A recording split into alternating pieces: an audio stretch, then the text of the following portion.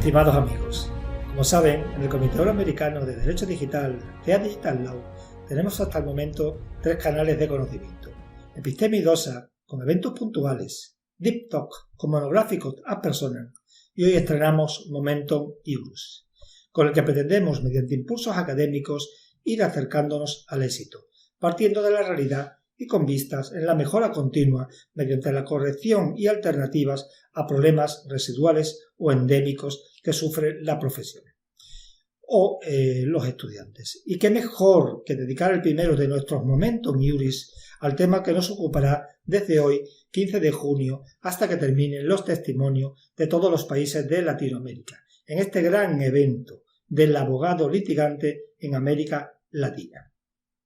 Durante los próximos 18 días laborables, un abogado o abogada litigante, en la mayoría de los casos un estudiante o una estudiante de último curso de Derecho o ingresado, y en algún caso alguna persona más, como una posible sorpresa, nos pondrá al día de su quehacer diario, su problemática y sus necesidades en su desempeño.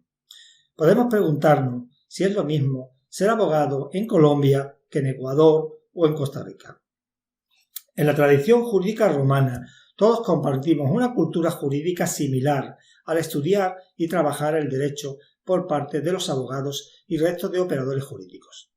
Si estamos de acuerdo en lo antedicho, y supongo que lo estaremos, y partiendo de la base actual de que los requisitos para ejercer la profesión son también distintos en cada país, y por tanto las dificultades prácticas son de considerable importancia, también se puede buscar semejanzas en el desempeño del abogado dentro del sistema jurídico político para poder comprender el mismo. En la construcción de América Latina, el abogado tiene menos peso político que antaño, y sin embargo la conducción de los asuntos públicos ha aumentado. Aun así, la alta tasa expansiva de los estudiantes de Derecho ha estratificado la composición social de los mismos y las diferencias y desigualdades sociales. Por otro lado, las consecuencias poliédricas del COVID-19 sobre la profesión también acentúan la escasa distribución de los ingresos. El Comité Euroamericano ha creado la Plataforma Interamericana en Defensa del Abogado Litigante, PIDAL. Como decimos, el abogado es una pieza fundamental de la administración de justicia y el ejercicio de la abogacía es uno de los pilares en los que se asienta el Estado de Derecho. Sobre el abogado descansa en gran medida el derecho a la tutela judicial efectiva y al debido proceso, como señalan de una u otra manera todas las constituciones de democracias del mundo.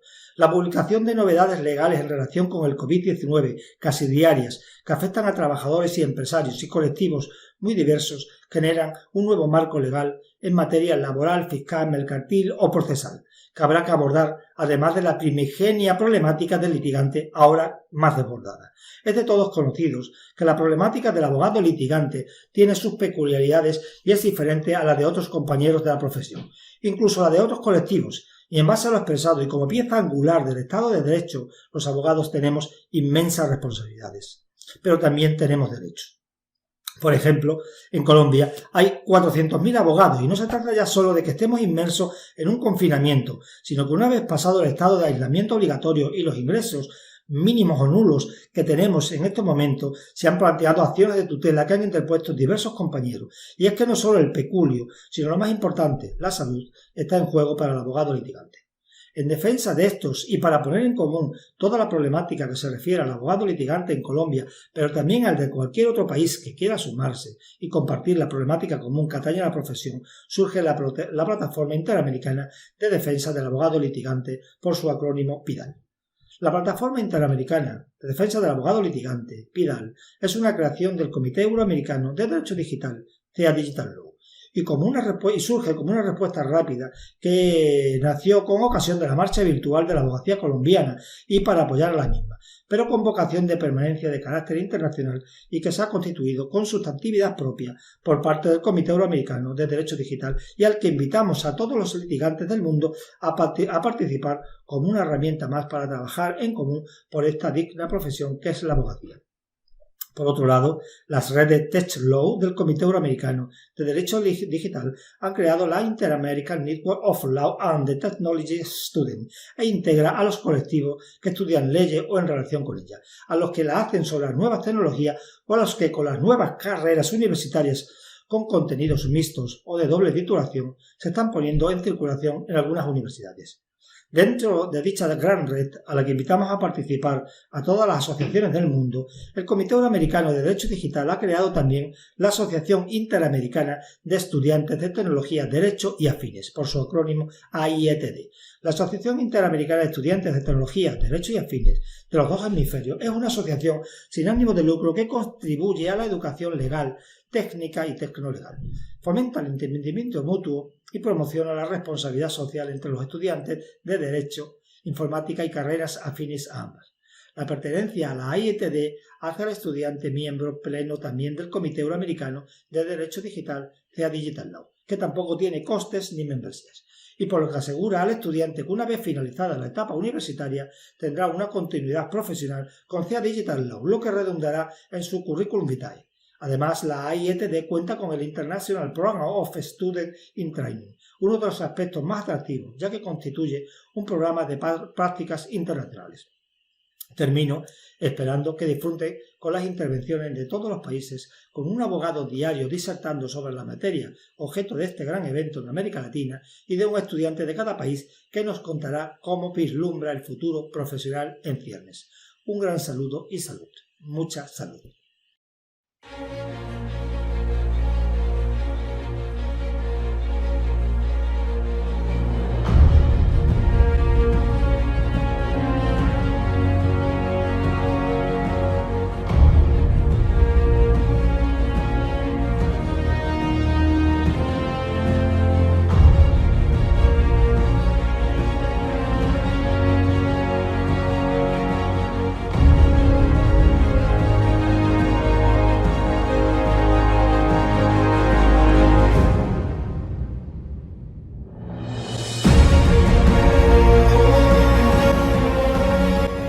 Breve resumen del currículum vitae del Dr. Mauricio Mayorga.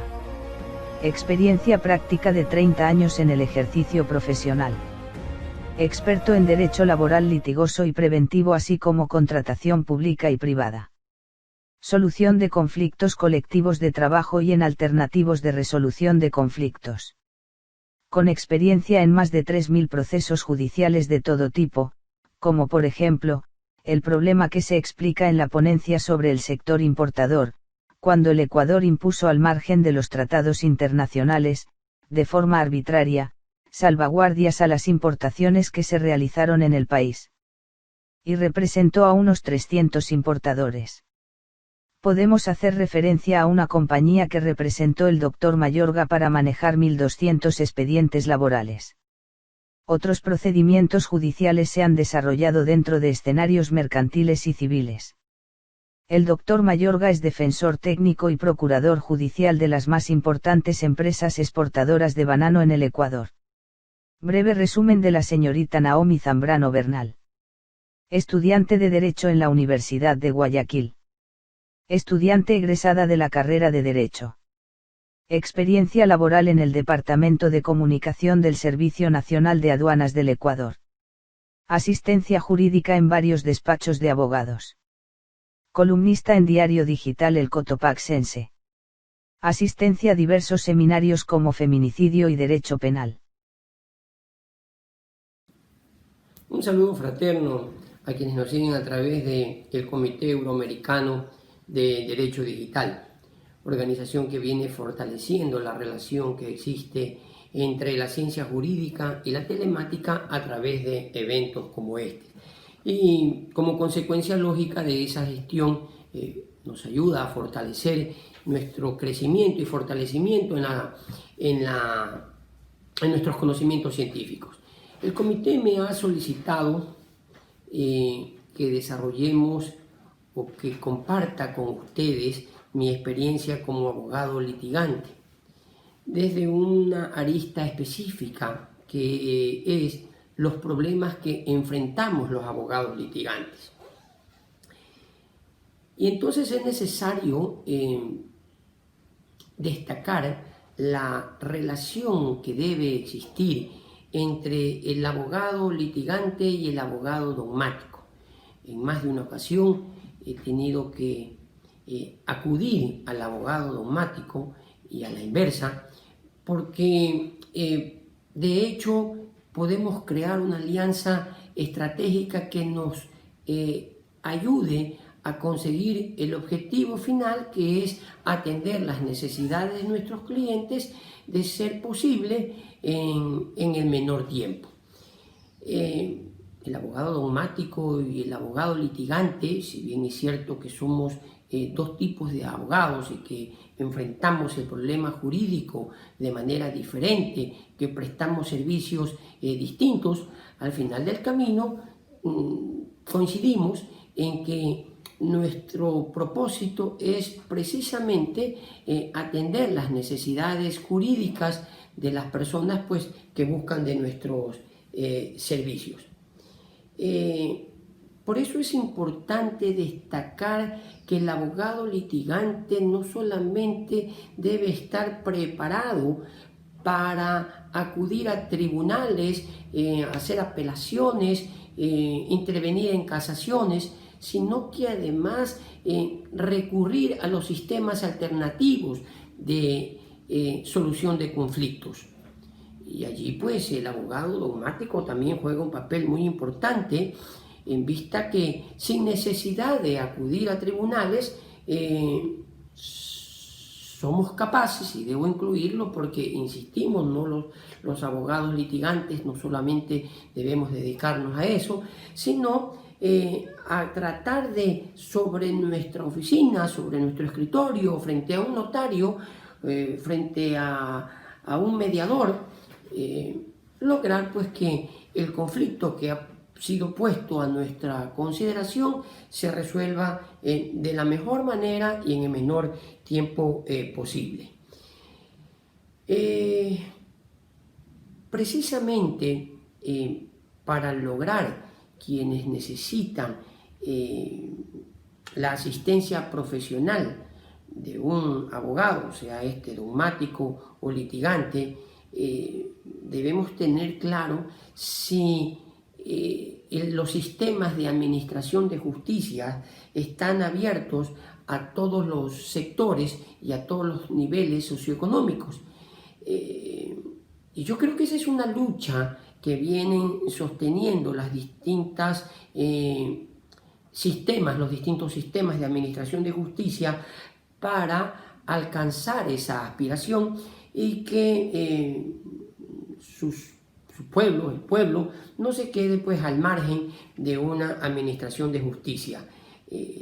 Definitivamente los estudios que hemos realizado se puede advertir que en países ricos la administración de justicia cuesta menos que en los países pobres. Uno de los tantos motivos podría ser que no existen la digitalización de procesos, por ejemplo, ¿no? Y eso hace pues que desarrollar un juicio en las distintas instancias supongan traslados, papelería, costos de movilización, etc., ¿no? Es importante también, antes de entrar al tema de fondo, identificar si de verdad las instituciones que tienen como objetivo principal administrar justicia nos ponen frente a un Estado de Derecho o frente a instituciones débiles, arbitrarias e ineficientes, que traen consigo pues lo que significa la inseguridad jurídica y las repercusiones que ello implica. Finalmente, es importante establecer también cuál es el sistema jurídico que nos rige, a efectos de poder establecer en el tiempo y en el espacio cuáles son los problemas o por qué esos problemas que enfrenta el abogado litigante se desarrollan o se presentan de esa manera. Pues bien, el sistema jurídico que nos rige es el que todos conocemos como el continental europeo. que tiene como fuente el derecho la ley. A diferencia de los sistemas anglosajones que se basan en el common law, en la costumbre, y los conflictos, pues, obviamente, y los problemas que enfrentamos los abogados litigantes en uno y otro sistema jurídico, pues, son de distinta naturaleza.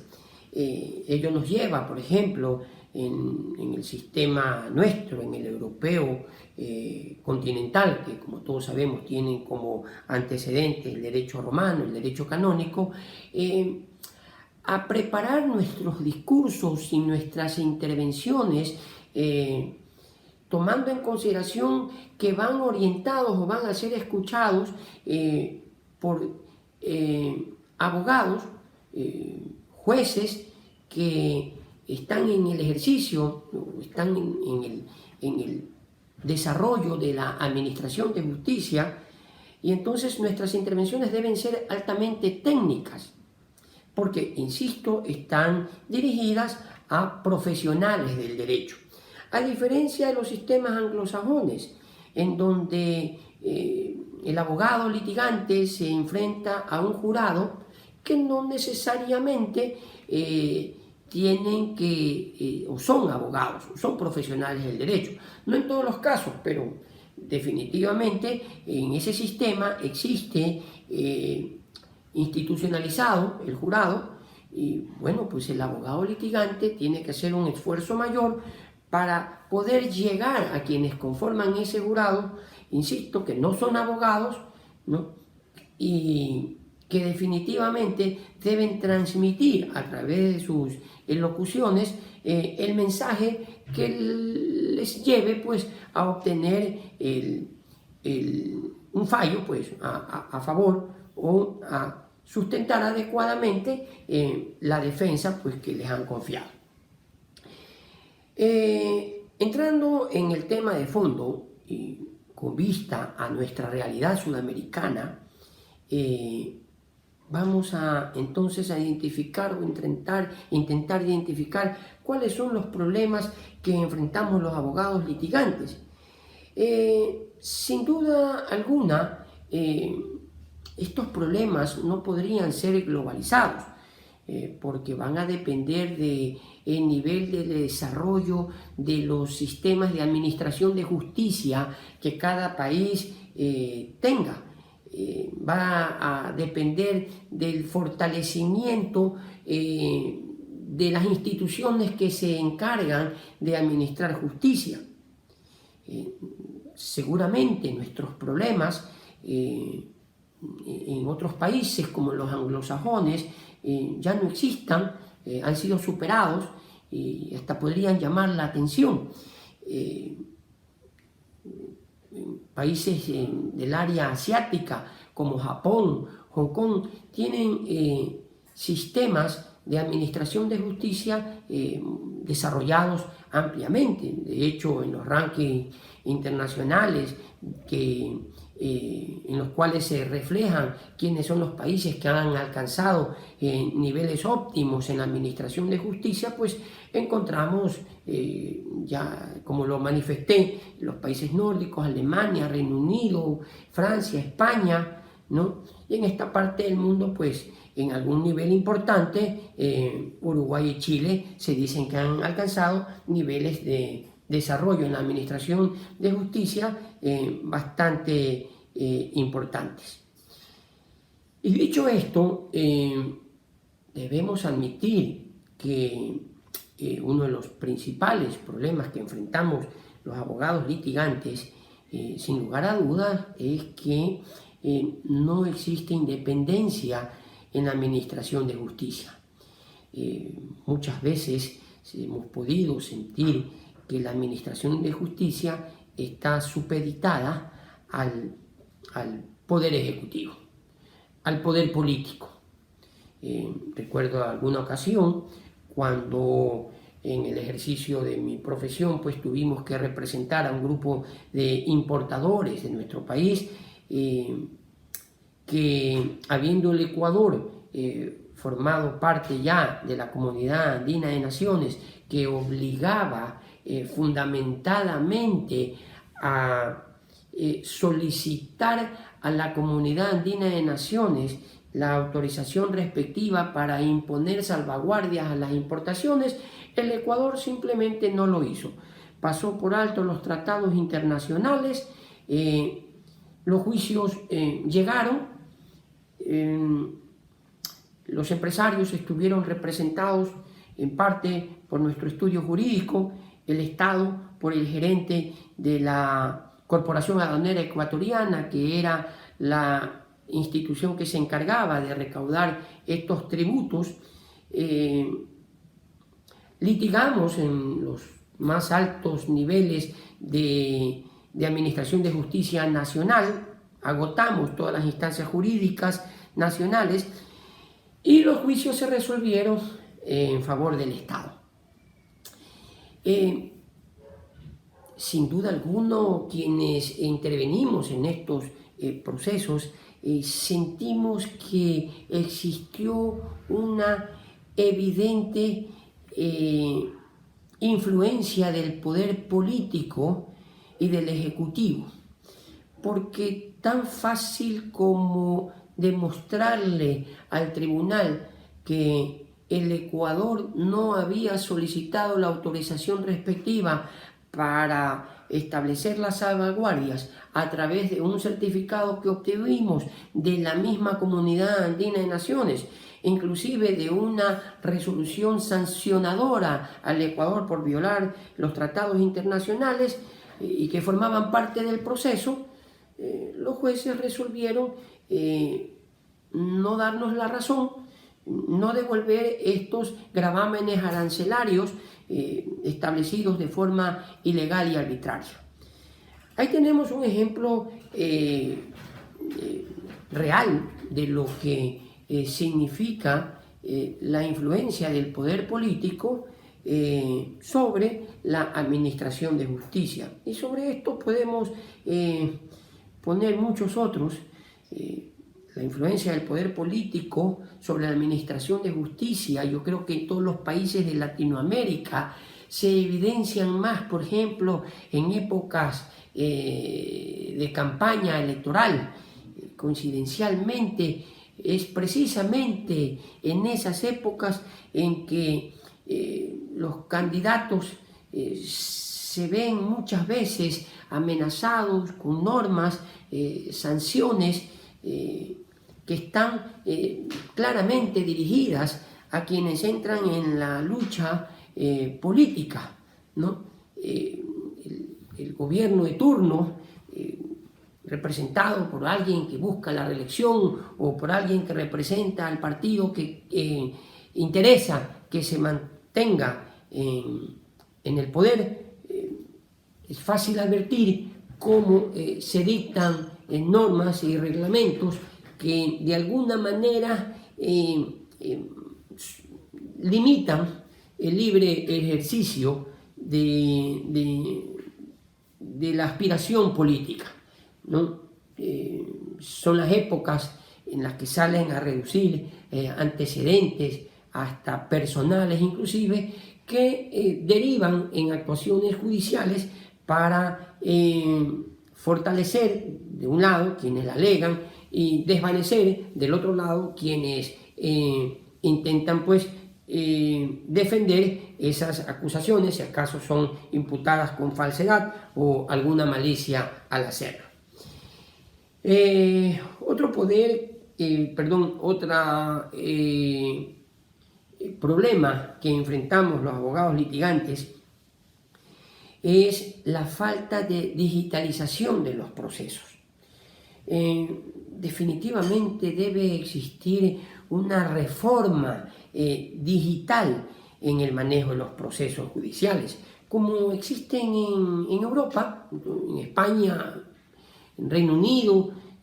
Los procesos, las demandas, todas pues se desarrollan a través de plataformas informáticas, utilizando firmas electrónicas, que en el Ecuador, y a propósito del COVID-19, pues recién se está intentando instituir o instrumentar el tema de la firma electrónica. Definitivamente el COVID dejó al descubierto la deficiencia que tenemos en lo que significa la administración de justicia por vías telemáticas. Si bien es cierto que se alcanzaron a desarrollar algunas audiencias de esta manera, no es menos cierto que estuvieron limitadas a la cantidad de unidades que permitían utilizar esta modalidad. De tal manera que es necesario que definitivamente crezcamos en lo que significan los avances tecnológicos y que la administración de justicia se ponga al nivel del desarrollo tecnológico que existe. Otro problema que enfrentamos los abogados litigantes ya de cara al desarrollo de las audiencias nacen a partir de la entrada de vigencia del Código Orgánico General de Procesos, que trae consigo la oralidad de los juicios. Y esto definitivamente significa para los abogados litigantes, o significó para los abogados litigantes, una transformación de todo su andamiaje jurídico y su forma de enfrentar el problema jurídico, porque ya no bastaba con invertir largas horas redactando procesos, redactando demandas, diseñando estrategias para desarrollar el proceso, porque la oralidad nos obligó a desarrollar técnicas de litigio, técnicas de oralidad, que con alto contenido técnico también, porque como ya lo expresamos, nuestras intervenciones iban dirigidas a jueces, conocedores del derecho, que definitivamente teníamos que en el menor tiempo posible transmitir los fundamentos de hecho y de derecho que lleven a la convicción al juez de lo que se expresaba o se intenta defender, pues está sustentado en el derecho que protegemos.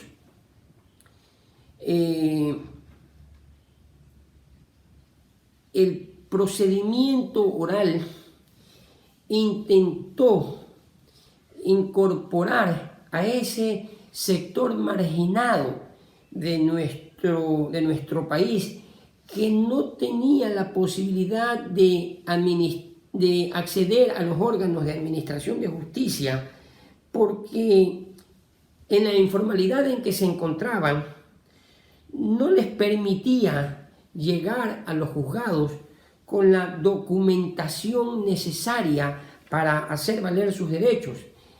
Antes de la entrada en vigencia de la oralidad y de la posibilidad de incorporar al sector informal a la administración de justicia a través de un procedimiento que se denomina procedimiento monitorio,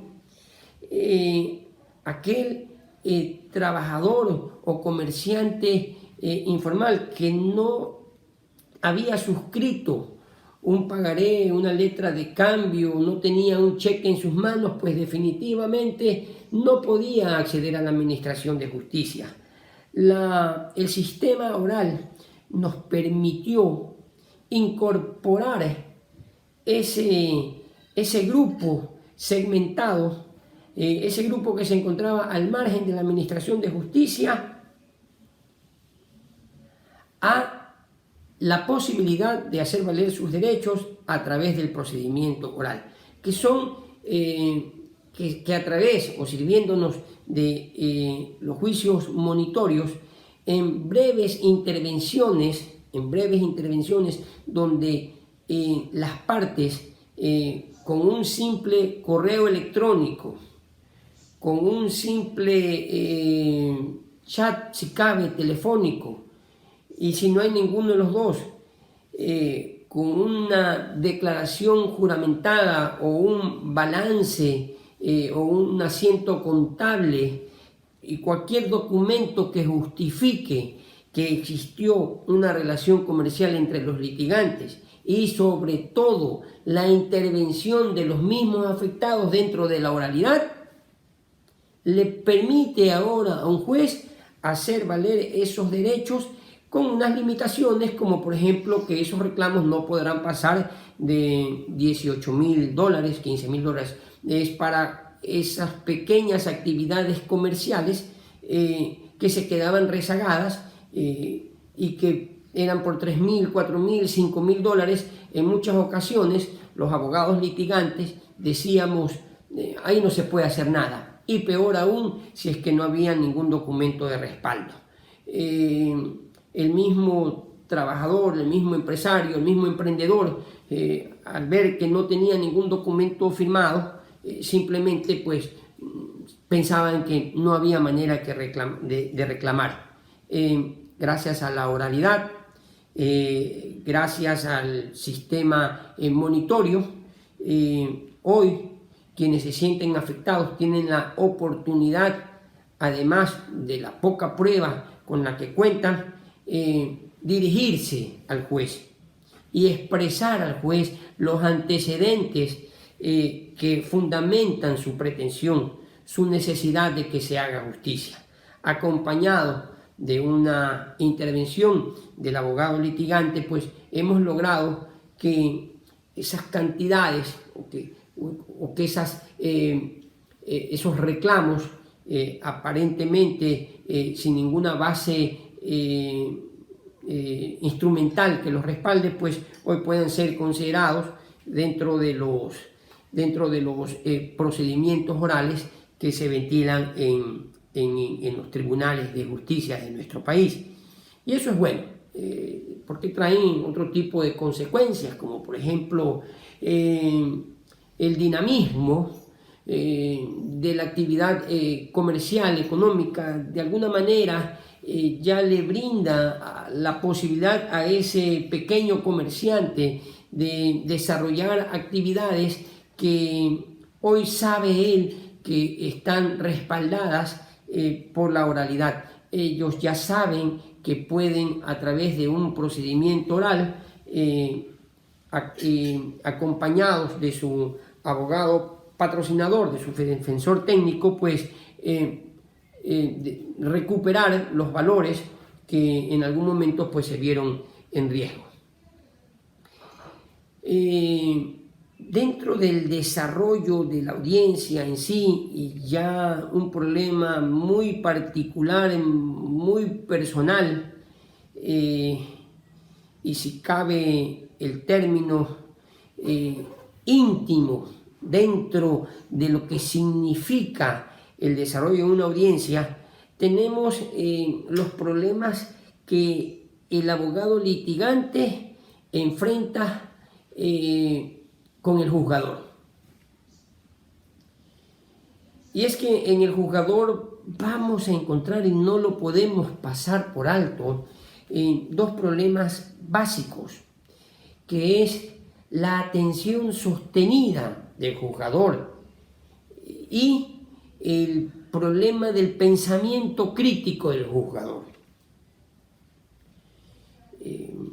Quiero cerrar mi intervención precisamente hablando de estos dos problemas ya muy directos en lo que significa el litigio, en lo que significa enfrentarse al juez dentro de una audiencia. Y es que la atención sostenida, que no es otra cosa que la capacidad de mantenerse vigilante y concentrado en el desarrollo de una audiencia por parte del juzgador, muchas veces la hemos podido advertir cuando mientras desarrollamos nuestras intervenciones, el juzgador o está leyendo la norma o está mirando o está distraído por alguna situación o conversa con el secretario que está a su lado sobre algún punto seguramente importante y relacionado con el desarrollo de la audiencia, pero ese no es el momento. Y cuando los abogados litigantes advertimos que esa situación está presente dentro del proceso, dentro de la audiencia, dentro de la diligencia, entonces tenemos que inmediatamente cambiar nuestra técnica de litigio y, si cabe el momento, hasta teatralizar nuestra intervención con tal de recobrar la atención del abogado, del juzgador, del juez que en algún momento se abstrajo de las presentaciones y de las intervenciones que veníamos desarrollando los abogados y las partes.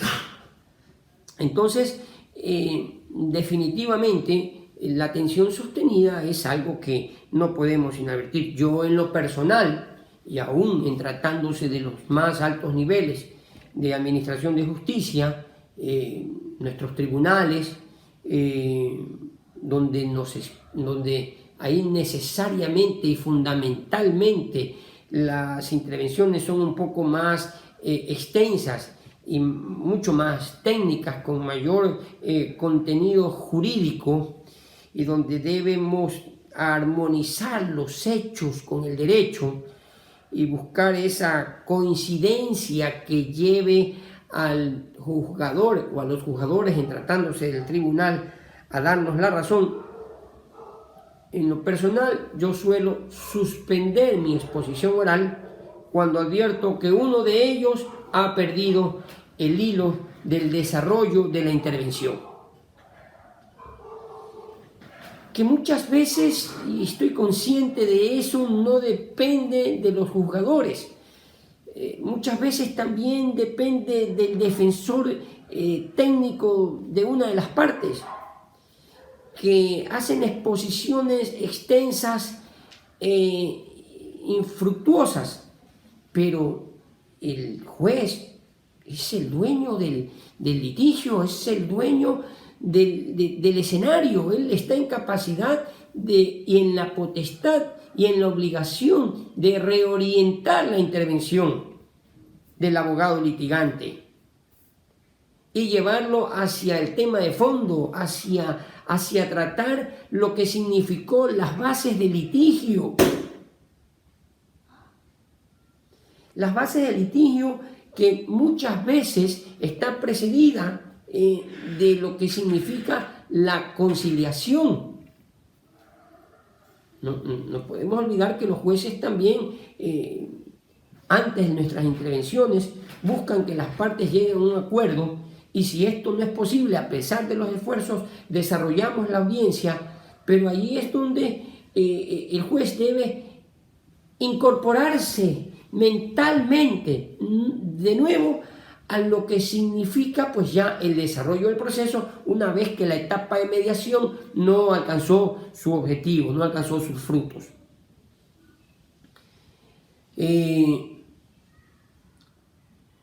La atención sostenida definitivamente es un problema que los abogados litigantes no podemos pasar por alto. Y mi recomendación es que cuando los colegas adviertan que hay algún tipo de distracción, hagan esfuerzos de cualquier orden con el propósito de recobrar la atención del juzgador.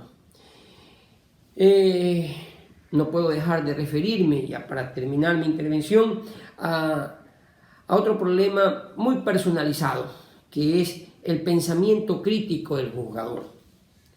Y sabemos que la ciencia cognitiva es la que se encarga de desarrollar o enseñarnos a desarrollar un pensamiento crítico de alto nivel. El pensamiento crítico no es una cosa muy fácil. aunque parece básico, es sumamente complejo. Es una habilidad que se adquiere como cualquier otra, con práctica, con muchísima práctica. Y es que los seres humanos, y esto tenemos que tenerlo claro, los seres humanos no somos críticos por naturaleza. Entonces valdría preguntarnos qué clase de pensadores somos. Y la respuesta es que nosotros somos seres humanos buscadores de patrones o diseñadores de cuentos.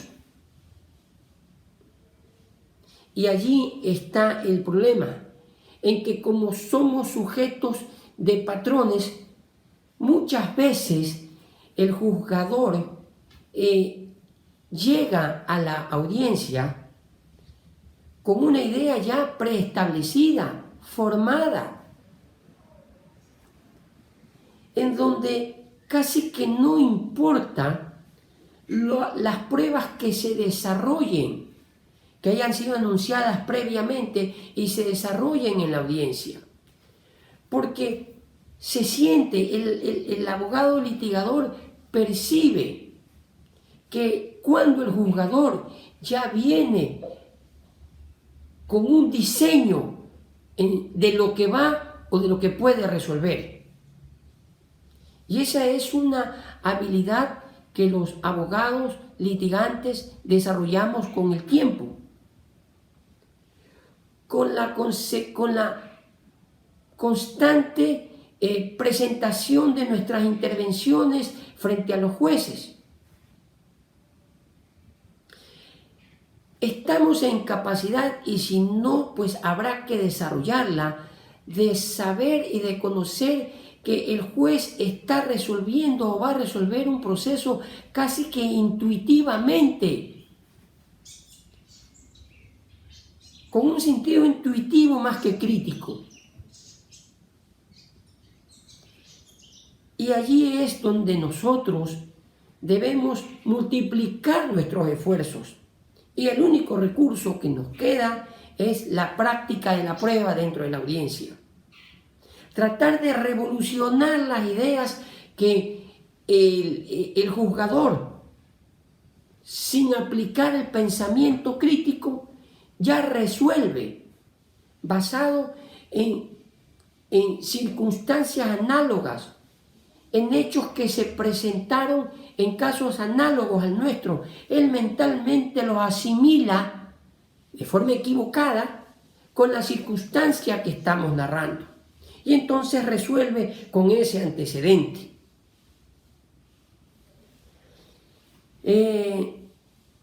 La ciencia cognitiva nos recuerda que uno de los mayores problemas que también enfrenta el pensamiento crítico es lo que significa o lo que se llama la supremacía de las creencias. A través de la supremacía de las creencias es que los jueces y hasta las personas en general, con la simple visión primaria o con la simple presentación de una prueba, creen que se trata de un caso específico o creen que se trata de una circunstancia o un hecho ya vivido. Cuando si hubiera un análisis o un pensamiento crítico adecuado, podemos advertir fácilmente que se tratan de circunstancias y de vivencias distintas.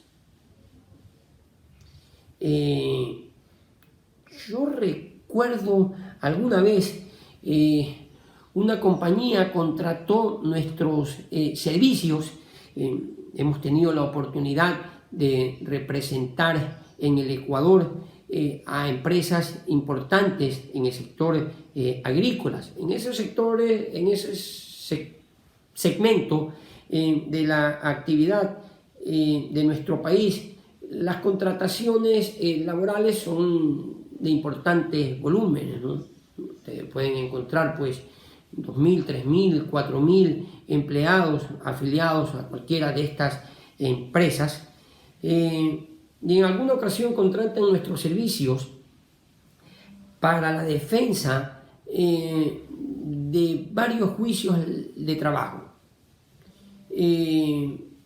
Nos convocaron y en la reunión nos dicen que necesitaban que patrocinemos la defensa de nada más ni nada menos que de 1.100 juicios de trabajo. Una cantidad importante, y que luego de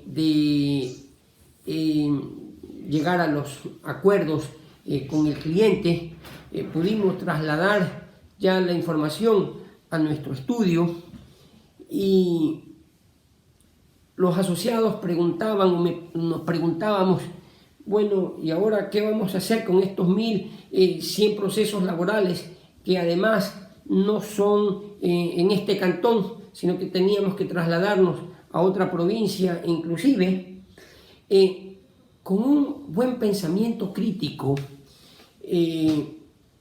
llegamos a la conclusión, y se los expuse para tranquilizarlos un poco, estaban muy inquietos frente al volumen de trabajo. Les decía que en realidad no teníamos sobre el escritorio 1.100 procesos laborales.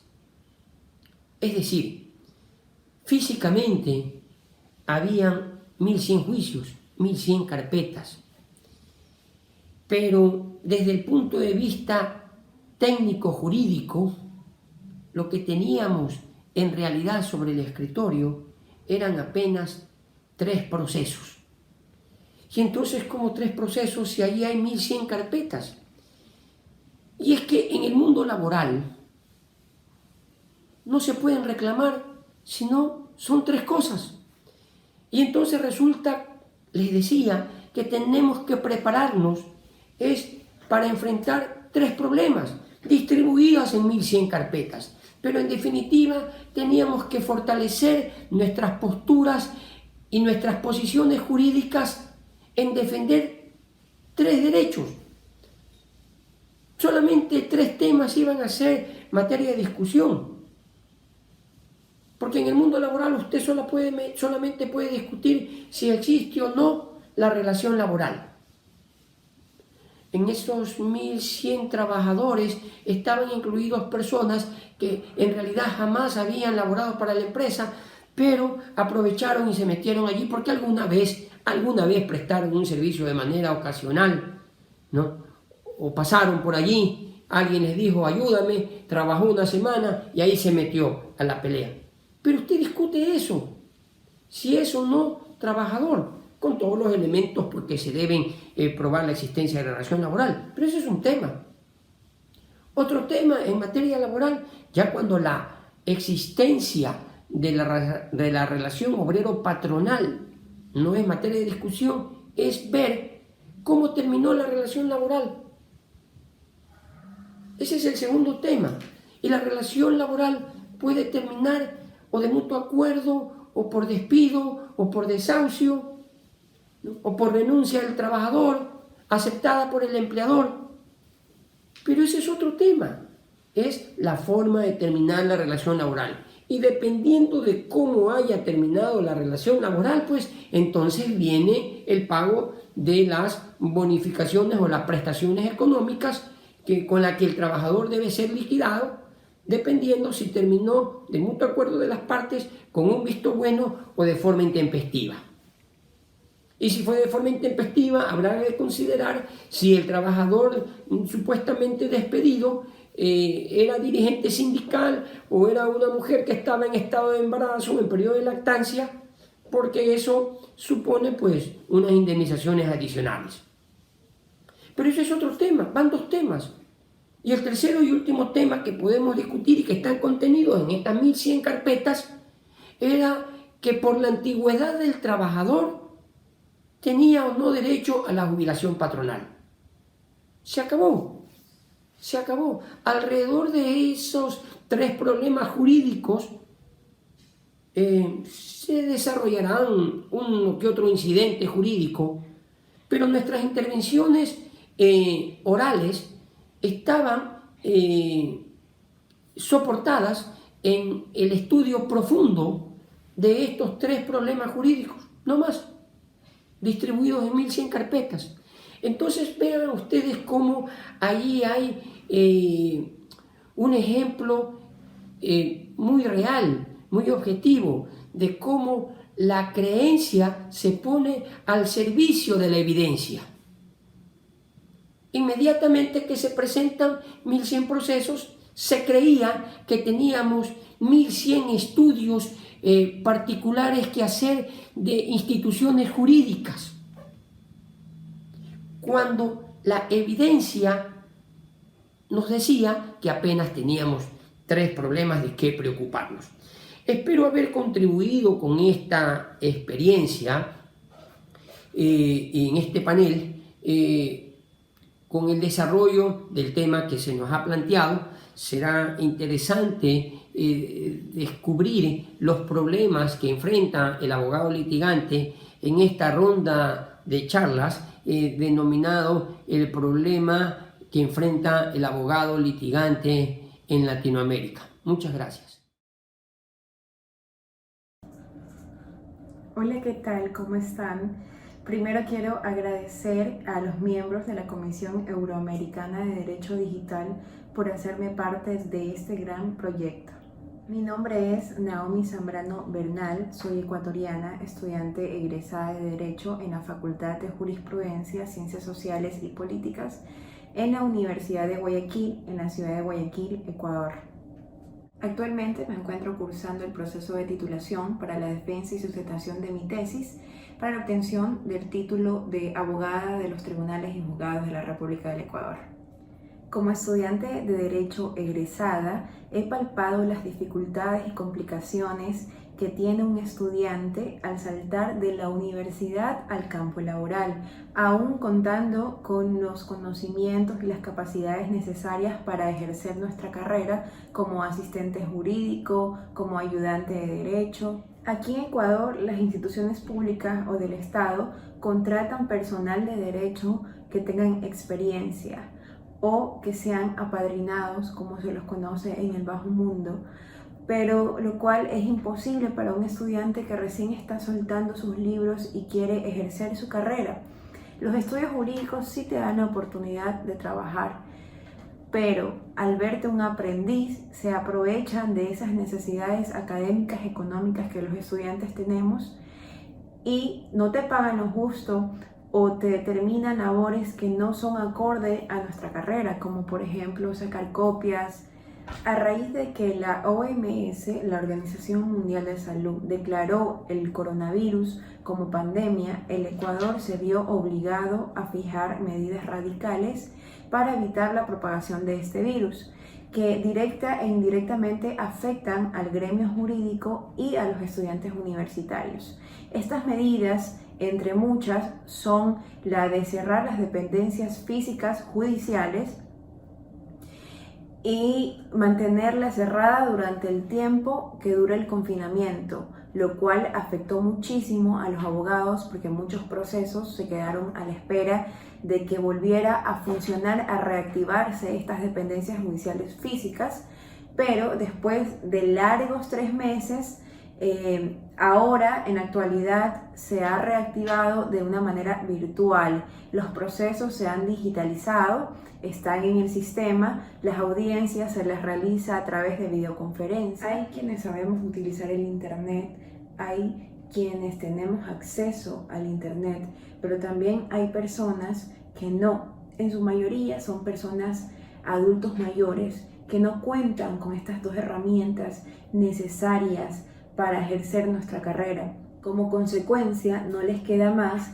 que aprender a usar el internet, tener acceso al internet o, en su defecto, esperar que estas dependencias judiciales reaperturen físicamente para volver a activar su trabajo para el ingreso de escritos, para el ingreso de demandas, para la realización de audiencias, etcétera, etcétera. En cuanto a los estudiantes universitarios del derecho, los impactos del coronavirus a corto plazo, determino que es la reorganización de nuestra vida cotidiana para ajustarnos a un confinamiento, a un encierro, a una cuarentena, lo cual genera una consecuencia principal que es la sustitución de clases presenciales por clases virtuales. Además de la necesidad de los estudiantes adaptarse a nuevas formas de aprendizaje, a nuevas formas de enseñanzas bajo una modalidad virtual, lo cual también es bastante dificultoso porque se necesita muchísimo de mayor compromiso y disciplina del estudiante. Ahora bien, nos estamos olvidando de un tema muy importante, que es el tema económico. Si bien es cierto, el mundo económicamente paró, las actividades académicas no son su excepción. La educación en línea, propuesta como una solución por el confinamiento debido al COVID-19, ha creado un objetivo muy difícil de alcanzar para los sectores más vulnerables, para los sectores de escasos recursos, debido al doble desafío que enfrentan, el económico y el académico. También el tecnológico. No todos los estudiantes universitarios tenemos acceso al internet, tenemos acceso a una laptop, a una tablet que nos permita recibir clases en línea. También los estudiantes universitarios durante el aislamiento debemos de hacernos cargos de los gastos que genera la educación superior por la compra de un libro en línea, por la compra de una suscripción a una licencia a plataforma virtual para recibir las clases, debido a la compra de útiles. En fin, son muchos los impactos que genera el coronavirus en un estudiante universitario. Hasta aquí quiero llegar con mi intervención, dejando un mensaje de agradecimiento y de aliento. El coronavirus nos ha dejado a todos en jaque, pero es momento de ver el lado positivo de esta situación.